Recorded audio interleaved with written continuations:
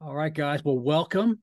We want to talk today about not becoming the keto police. How do we engage family, friends, loved ones that may or may not see eye to eye the way we do with how we eat and how we have a proper human diet, but a proper human lifestyle. So, a couple thoughts, and then we can open up for some discussion. Um, I looked this up. Criticism is defined as the expression of disapproval of someone or something based on perceived faults or mistakes. Now, nobody likes to be criticized or judged based on a perceived fault or perceived mistake from somebody else. Understand this, those are always going to be based on personal knowledge, personal experience, of you or the other person, and so we are inherently going to be biased by that, and so we have to engage in these conversations knowing that. Uh, I have, who's to say that this one's right? Who's to say that this one is wrong? It's all perception, and we have to bear that in mind. And I like to do this all the time: is remind myself, what was it like when this thing was brand new to me? How did I react? How did I respond when I shared it with other people? When they shared things with me, what was I receptive to versus they're being kind of pushy. They're almost vegan level pushy. We don't want to be that. The keto police. Well, did you count the macros in that? Did you and getting so caught up in the weeds of the macros and the micronutrients and the we need to keep it simple, especially for someone who's just exploring this as maybe a possibility for them. I know myself, I never want to be the guy, says, "Oh, you give me too much information. It's like trying to drink out of a fire hose." I don't want to be that guy. It's been said that success that occurs when opportunity meets preparedness, when that happens at the same time. For that to happen, you've got to have some mutual reconciliation of both knowledge and information, as well as the personal experience and bias. Otherwise, you're always going to be at odds. So if we have to come to terms. Both parties have to come to terms with this. May be a little bit different. Am I biased in some way? Do I have this is my thing here the last month or so is blind spots. We've all got them. Is there a blind spot, something that I don't see, a bias of some kind that I can't see it, but does somebody else see it? I always like to put myself in someone else's shoes. I say this to my kids. I say this to everybody. X yourself out of the equation, then ask yourself, what's the right thing? What's the right way to proceed? Here's an important note is as you're talking to other people about this way of eating, this new keto, this new proper human diet lifestyle, you may come under some attack. And I know we probably all have. And I was reading some of the posts. We all have. Here's something important. Remember, it's very likely they're not critical and they're not attacking you personally, but they're rather attacking the unconventional viewpoint that you hold and support. So don't see this as a personal attack, and keep your conversation rooted and focused on the topic itself and not on the other person. And all things being equal, they will reciprocate. If you kind of, I like to tell folks, turn down the saturation dial. So it's like instead of vivid color of emotion and knee-jerk responses, turn it into black and white. Just see it in black and white. It's not in vivid color, and you can respond versus react. A react is react. Response is take that half a breath that you need. How am I perceiving this? How am I perceived? And then you go about your business and keep it on point, keep it on topic. Which brings me to this. Our job is bridging that knowledge gap if and when the other person is open to hearing it. That doesn't mean they have to necessarily agree with your viewpoint. And by the way, this isn't just PhD. This is really anything, but we'll keep it PhD. If and when they're open to hearing it, whether they agree with you or not, but they have that willingness and open-mindedness, when you can get the other person asking questions of you rather than you telling them something, you're going to be in a much better position. It's going to be a much more inviting and engaging conversation rather than, well, they were just trying to tell me what to do. They told me I was wrong about everything that I've been doing. And that's, given not only yourself, but the whole keto space, PhD nation, kind of a black eye. And we don't want to be that. We want to be ambassadors of good health, ambassadors of positive change. Like Dr. Barry says, we want you to live a long damn time. And we do. So a couple key things that I've noticed just in my journey in the last 3 or so years, that again, you're always an example. You're always going to be an example. You get to choose, are you a good example or are you a bad example? Chew on that for a little bit. And ask yourself, do I have any blind spots? Am I a good example or a bad example? One of the things that I like to do to be engaging with other people is thinking out loud. And what do you mean by that, Neil?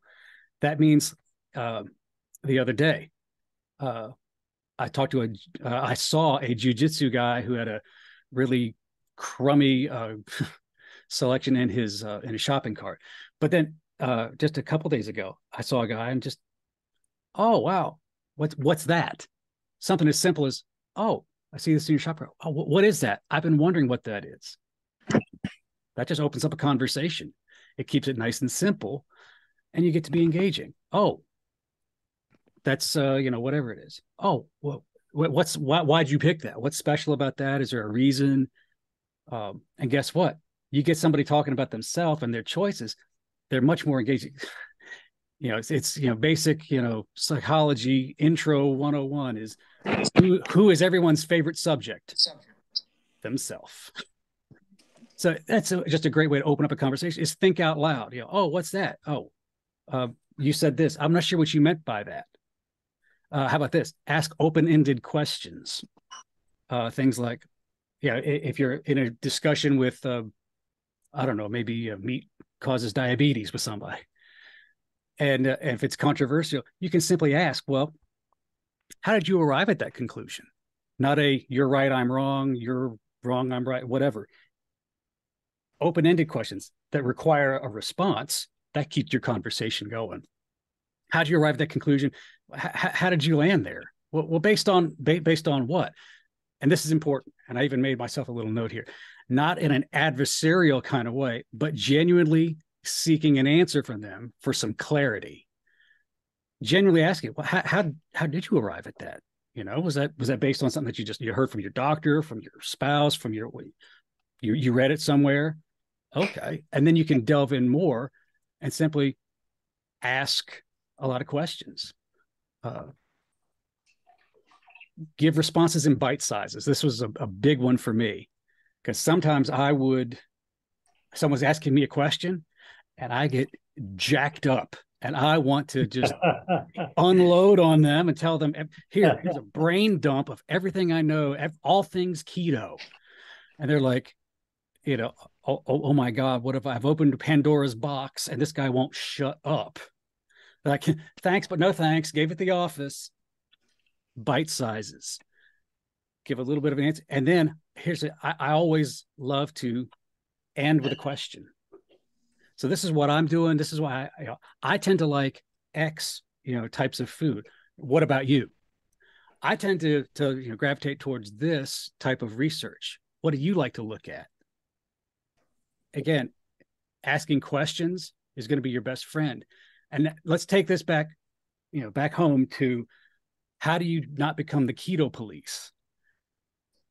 By not being this authoritative, monster that's trying to tell people what to do. Because again, does anybody want to be got? Does anybody want to be, told what to do, painted into a corner? Even if your logic is sound, even if you've got all the evidence-based research to back you up, if you're going to push somebody away, that's somebody that could be on the edge. They could be ready to receive something, but then if you feed it to them too fast, if you come across very legalistic. You've got to do this, and well, you can't just go carnivore. You've got to go through the right steps. And if you turn it into it's going to be hard enough as it is. I love this. Kevin says it all the time. Don't make this harder than it isn't. And I have found personally asking a lot of open-ended questions that require an answer and keeping it in bite sizes has worked very well for me to keep a conversation going. As a matter of fact, I got a text from somebody earlier today that just this 1000% made the rest of my week. He was a guy who his name's Rob, and he saw what I was starting to do. Yeah, I tried that, and I tried some of that stuff, and it just didn't work for me. This was a few years ago, and it was what I kind of lovingly call tabloid keto, which is where you in all these little tabloids you see them, and it's this one says lose 20 pounds in a week, and this try this and take this tablet, and it's gonna melt away the pounds, and then here's a keto product, and keto's gonna kill you. Everything in between. And he had been down that road and was fed up with it, sick of it. And so in conversations, in bite sizes and not all at once, I'm not like, trying to get an instant convert on the spot. I'm playing the long game. And over a series of months of just small conversations, just being that quiet example, he finally, can you tell me a little bit more about this? My wife's not on board, but I got to do something. My A1C is through the roof. I'm taking too much insulin. And I feel like crap. And so slowly over time with bite sizes, I was able to just inform him little by little, send him some resources. Check this out. Hey, check this out. And then call me when you're done, because this is going to be pertinent to you. Call me when you're done. Let's chat about it. And lo and behold, now, 8 months later, he just said, "Oh, I'm under the 200s now in his weight. He's like 192 or something like that. So he's down like 58 pounds. No more medications of any kind. No more insulin. No more metformin. No more." Oh, you want the air on? It said 81. There was something else that he was on. What do you want it at? 80, yeah.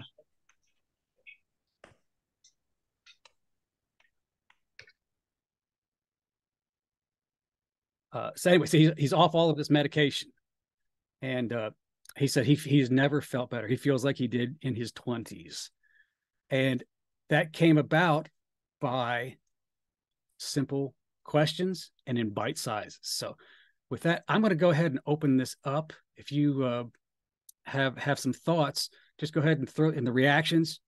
Just put your hand up.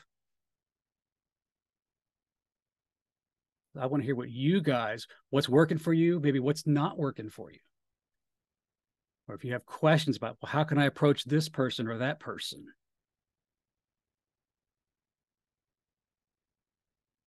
Sherry, let me find you, Sherry.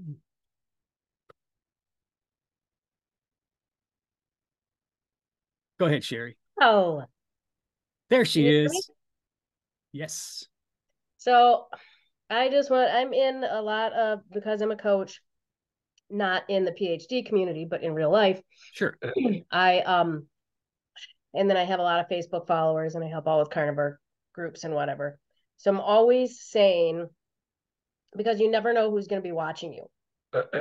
So you just always try to be uplifting.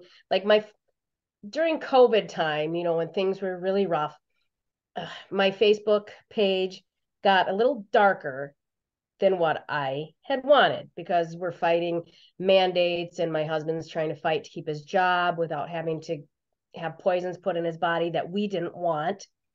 And because of anxiety and PTSD, fighting mask mandates and all of that, I just felt like all this darkness was just overshadowing my Facebook page. And so I didn't like that. And now if you go on my Facebook page, all you will see is uplifting things, either funny chicken memes or coffee memes. People would think I was a coffeeaholic and I only drink 1 cup a day, if that. Right. I know, right? But if you look at like my Instagram and all of We that, can't be friends. but I did have 2 cups today. But just, and then like my foods or medical quotes or things like that, just things that can help people. And I find it amazing that and then I'll just keep saying, keep sharing your journey because you don't know whose life that you could touch and you could change. And now about 10 of my Facebook friends are, they're watching because they'll message and they'll ask questions, or all of a sudden you'll see a carnivore meal that they post on their Facebook. And it's, then they start posting their journey. And so it's that trickle down effect. And I'm not bashing anyone over the head. I'm not saying you have to do this. This is the only way. Vegetables are going to kill you. I always keep it. I'm like, I still enjoy a good green bean every now and then. Nothing wrong with that, and I put it in the light of Dr. Barry's PhD spectrum. And but it's that whole trickle down effect. And a good example is my cousin who's a type 2 diabetic, and she's on an insulin pump. And when she does videos, because her son has the TBI brain injury, I posted about that in the group, you can always hear her CGM going off because she's got high blood sugar and all of this. And she has gastroparesis from all of this. And probably about 2 or 3 months ago, I posted something about being able to reverse type 2 diabetes. And she called me out on it. She's like, you're wrong because I was sick and I couldn't eat for, she said 10 weeks. I think she meant 10 days. And she's like, and I still needed insulin and blah, blah, blah. I could have completely reacted in a self-defense manner, like, well, I know what I'm talking about. I've got this training, and bleh. But I didn't. Instead, I just was like, well, I'm, sorry to hear that. It takes time. Can you tell me more about what was going on? Maybe you've gone into a type 1 situation and no one has checked this. Stress makes your blood sugar go up. So I turned that situation into what could have been a really negative, she's going to bash me down, and it really could have affected our relationship, into now she's private messaging me. What test should I be asking my doctor for? Because I've been wondering for a long time if I haven't gone to type 1 diabetes, or if, my stress or this or that. And my God, you're so smart. You should have been a doctor. Why didn't you go? So I think it's all in the way that we react. And instead of being like judgy or preachy, just taking someone's situation and just, well, I'm sorry, what is working for me isn't working for you. Is there something that I can help? Or is there a book that I can, point you in the right direction? Rather than me giving the information, I'll be like, hey, you need to read Michelle Hearn's book because it's spot on. And, she can bash them over the head with the facts. I don't have to do it, because people just look at me going, oh, that's just Sherry. She's just, an auto mechanic. She's got no clue about health. They've got no clue that I do like 18 hours of medical CE a year. They've got no clue about that. They don't take me seriously. But they'll take Michelle Hearn, a registered dietitian who's a published author, seriously.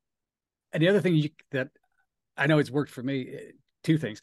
One is the phrase, in my experience, yes, or what I've come to learn so far has been this. And then you could really turn it on its ear and say, so that's my understanding.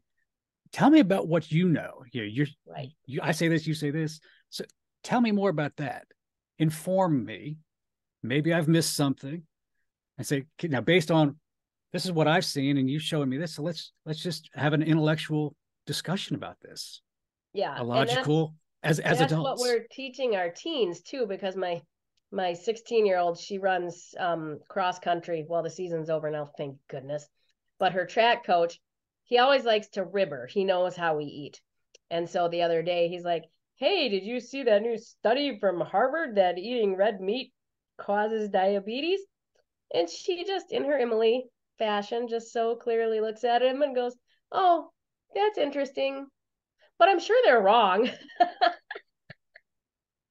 Now, And he didn't know what to make of that. He's just like, and she comes home and she's like, Mom, did you know Schmeling said, but I'm like, yeah, well, this is the study that counters that. And that was, basically like an opinion piece and whatever. She goes, yeah, that's what I thought. I just told him I'm sure they were wrong. And he just kind of looked at me like he had no clue because he hadn't even really read it. He saw the title and wanted to stir up crap because he just thinks it's funny. right. And because he knows she brings her bacon and all this stuff to the track meets and she doesn't carb load and she doesn't do all that stuff. But so, everything that you do, your kids or the younger generation are going to be seeing too. And we need to be teaching them how to talk and educate themselves, because you don't want to alienate doctors either. I mean, they may be wrong. We just went through my 10-year-old having stomach aches for 4 years now, and we finally got a PCP to listen and run the right tests. And she has a parasite, and she could have had the parasite for this entire time. And we were told just eliminate this, eliminate that. And yeah, so now we finally maybe hopefully have answers, but it took having to switch doctors, but it took me having to educate and be like, no, something isn't right. We need to run more tests. And this test showed something, so let's run another test. Right. And there's a big difference. This just hit me with what you said. There's a big difference between controversial versus adversarial. Yes. You can be controversial and have differing opinions. The classic definition of an argument is simply two opposing viewpoints. Right. But you don't have to be adversarial. And that's where, we talk about the Keto Police, where we don't have to be adversarial, as in, you're wrong. This is how you do it. This is how you need to eat. If you're not doing what I'm doing, then you get arrogant. If you're not doing what I'm doing, you're wrong and you're stupid. And that's going to get you, that's not even going to get you nowhere. You're going to lose ground with people because you'll be like, oh, I do that and I could be just as fun loving as you are. No, thanks. I'll eat my Twinkies and ho-hos and ding dongs. Yes, exactly. So that would be for me. I'm going to write that down. Is controversial does not equal adversarial. Exactly. And so we're going to have to wrap up because I've got a meeting with Nisha and some of the other moderators in a moment. But that's a big takeaway for me is controversial, not adversarial. And remember this: we're getting into who was it? Mitzi. She had said the other day, we're coming up on a candy holiday, followed up by a pie holiday, followed up by a cookie holiday. And then, okay, Christmas Eve is my birthday. So there's another cheesecake holiday. And then we got a boozer holiday. Yep. And then we wonder why we call it flu season when we should call it sugar poisoning season. So we're going to be around a lot of family, friends, and the weird cousins that we only see once a year. Take this to heart as you're getting around them. And there's going to be some other people talking about having discussions about how do you plan for the holidays successfully? Because if you don't have fail to plan to fail. So I would encourage you to attend some of those that some of the other coaches are doing, just to get a refresher. If you've done some of this, maybe we've got blind spots. But also don't just take the basic blocking and tackling of here's what I have to do. Take a mindset in there with you of, I'm not going to be the Keto Police flashing my badge at every event that I go to. I'm going to be that peaceful, quiet example that people love to engage in a conversation, whether we agree or not. We can obviously have a lot more in common than we don't. Let's focus on those. And then just where we disagree, agree to disagree in a polite manner, and then just go on and do then keto on. You know what to do. You know how to do it. And you're just going to let the chips fall where they may and not make enemies. Mm-hmm. We're not out to be everybody's best friend, but we don't need to make any enemies. And just be you, fix your health, and the ones that are meant to follow along and to learn that information. Again, success is when preparedness and opportunity meet. So just be out there and just keep sowing seeds, and they'll come up no matter where, who knows where. You could plant a seed about a proper human diet in someone, and then 6 months later, Sherry could meet that same person and also online, and oh, I was talking to this dude a few months ago, and then who knows? And then, Sanja could be talking to somebody else, and then, somebody else pick up the ball, and it's like a soccer game. We're just kind of passing the ball around to each other, and we all win. Mm-hmm. So that's what I've got, folks. Hope this helped. Again, it's a mindset of don't be the keto police flashing your badge. Just be you. So with that, we're going to sign off and hope you have a wonderful rest of your day and rest of your evening. Talk soon.